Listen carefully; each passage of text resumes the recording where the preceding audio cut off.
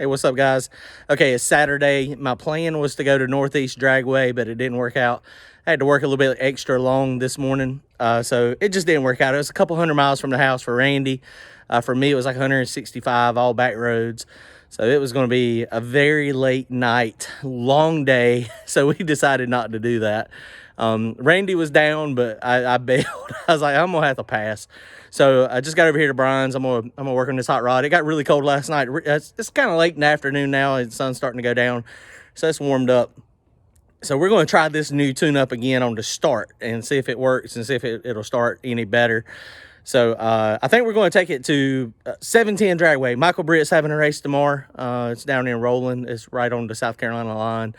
It's only about 100 miles, so it's not that bad. Sunday races are kind of rough. They're kind of bad. It's a long day, but I think that's what we're going to do. It's not terrible. So gates open, I think, 12 or 1 o'clock, so we'll get started early, and maybe we can get done with... The time does go back tonight, so that's going to mess us up a little bit.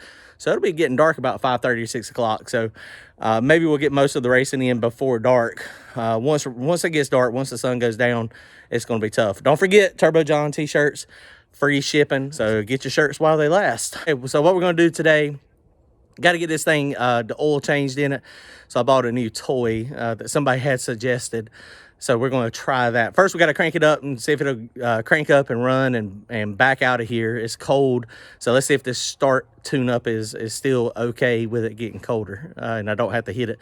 Hopefully, I don't have to hit it with any brake clean. But if I do, I got brake clean. Okay, so I had to do a fuel pressure offset to make this thing so that it read properly, and that was pretty simple. I hadn't never done it before. It hadn't really been that big a deal, I didn't think. But in the fuel pressure sensor and the sensor location, you just have an offset set, and it was reading about a pound of fuel pressure. So it took minus 1.5 to get it to go to 0, but it's not a big deal, I don't think. So I got that. So now when you go to my advanced table that we set up last time,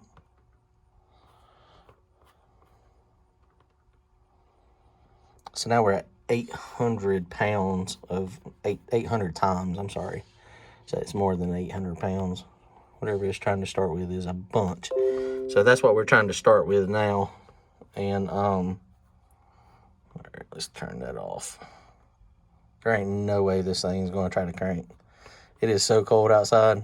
I know that I had condensation on some of my fuel jugs in here. It got so cold last night they started warming up. Although I don't know what the temperature is. I didn't pay no attention to it a minute ago. Let's look at the gauges. It's not too much colder than it was last time. So 63 for the coolant temp and 65. Okay, let's try to crank it. See what happens. If it cranks, I'm gonna be very excited.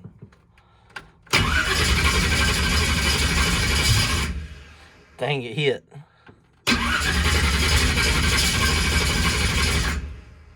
Still brake clean, baby.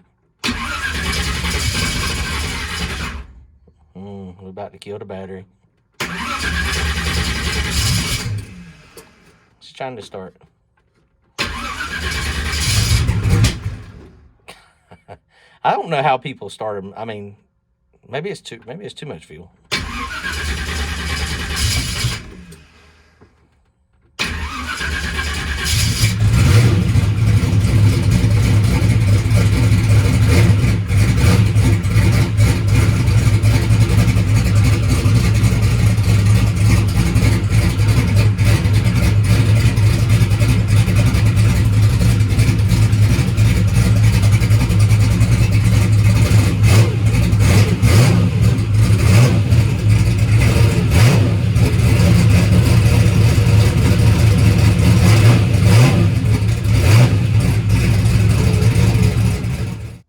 Okay, so here's the thing I bought from Northern Tool. It's a topside oil changer. I had several recommendations for it, and then I finally went and looked at some of the reviews, and they're pretty good, and it's pretty easy. I've already got this thing assembled. I mean, really, it's nothing but a vacuum pump on a can, and it says you pump it like 30 or 40 times. Then you stick this down through the dipstick tube over there, and then it just sucks the oil out. And I mean, it was like 50 bucks. They had one that was a little more expensive. It was a plastic container though. So this one was a little wider on the base. So I decided I'd try this one. So I mean, it's pretty self-explanatory. And this thing just pumps up and down. It's just a vacuum pump. So let's try it and see what it does. I'm gonna pump it up real fast and then stick it down in there, and then we're gonna see if it sucks oil out. And I can this transmission fluid stinks so bad. So this would be really nice if it works as intended. So let's try it out. Let's see. Okay, so I got it pumped up. It's on the ground down there. It's about 40 times.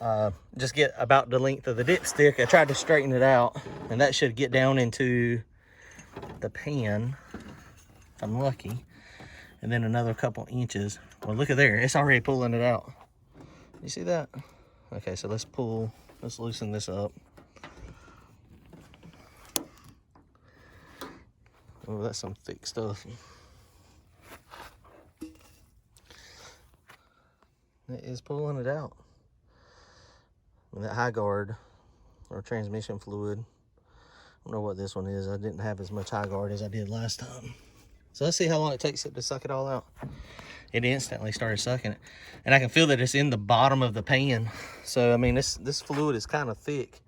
And this thing will hold 8 quarts of oil. And so I bought my handy dandy little $7 pan. But the good thing about this, or 7-quart pan, is like $2. The good thing about this pan is it's got the approximation of the quarts. So it makes it a lot easier.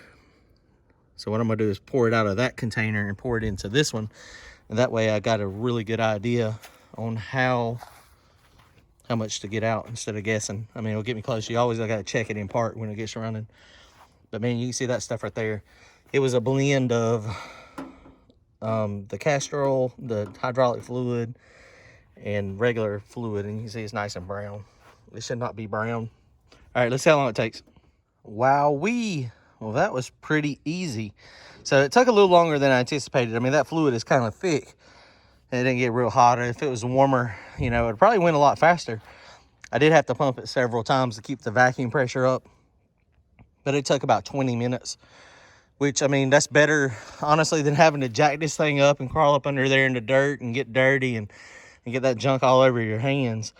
And you see that pan, it holds quite a bit. I poured it in there. That thing holds 8 quarts and that holds 7. So it's got about 6.5, 7 quarts is what we took out. And you can see that fluid is beat up. It is rough. So it was a combination. I've been running some Type F in it, and it's been a mixture of hydraulic fluid. So I just went and got me 5 brand new gallons of this stuff. Kevin Robinson with Damn Yankees Racing, he's the one that turned me on to this. You can get it at O'Reilly's. It's blue, and it does not stink near as bad as the high guard when it burns. There's your part number right there if y'all want to go get it. 5 gallons of it. I think it was like $93. So it's, you know, less than $4 a quart. So that's a pretty reasonable price. So let's go ahead. I'm going to change that in there. I'm going to switch back to that. That stuff is just way better on heat. It just holds up to the heat, especially, you know, with these turbo cars when you're spooling them up. You never can tell, you know, how long it's going to take you to get in the beams, you know, to get the tree coming down, depending on who you're racing. So this stuff is really good.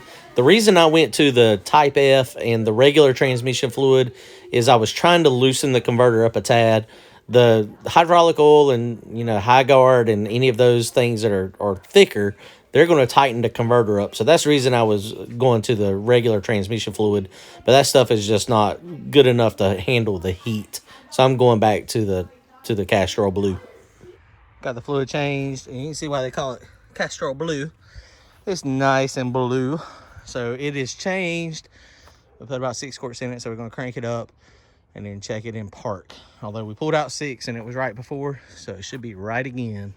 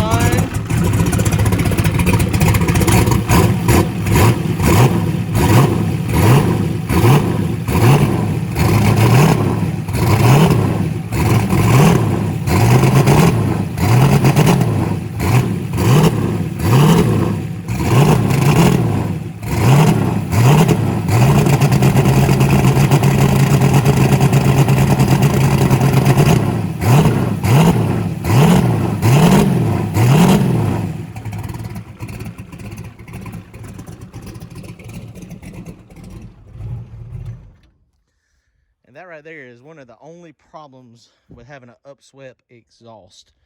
It gets condensation like crazy instead of just dripping out. It'll drip out of wastegates a little bit when I don't have any CO2 pressure on them.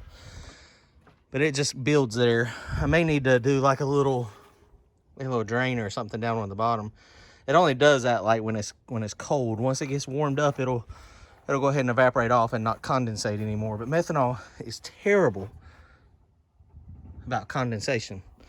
So, all right, so mine's ready. So we're going to be at Thunder Valley tomorrow.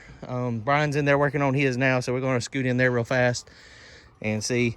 Man, it's a good thing my car is rust colored because you can't even see it. So you wipe it down a little bit. Oh, it doesn't matter. Wow, look at that. That is crazy. That is interesting. So we're going to go see what Bryan's doing. Bryan's going to try to take his tomorrow also. I think he's working on the back. He just put a 5-bar map sensor on it. So we're going to readjust. We're going to rescale his fuel and timing real fast, and then his will be ready to go too. Bryan's got his up on the lift. He put a 5-bar map sensor on it, doing a little polishing and some brake work on his. So I'm messing with the computers. So this is what happens when you don't really know what you're supposed to be doing. I don't know the easiest way to do this. So I've got mine up for reference. So his uses a bunch more fuel than mine, but I've got the fuel map done now on his. So it looks halfway decent when you look at it. I love the way the Holly does the colors too. But his has got a lot more fuel than mine, but it's got the same basic shape. So that's good. So it's probably going to start off a little rich, but that's okay. So now we're going on to the timing now to get the timing adjusted properly. So it looks like he is going to go, as long as when this thing cranks up in a few minutes, it runs halfway decent. And I hadn't screwed the map completely up, the fuel chart there, and the timing. Timing should be pretty easy.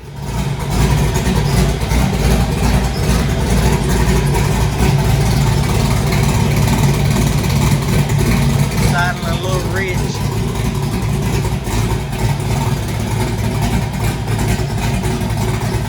Everything seems to be good.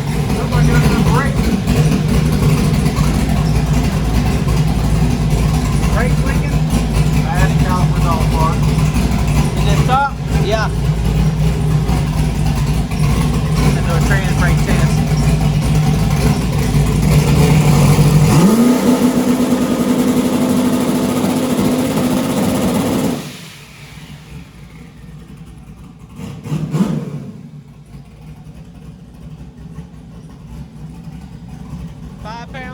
Is what this one says. Yeah.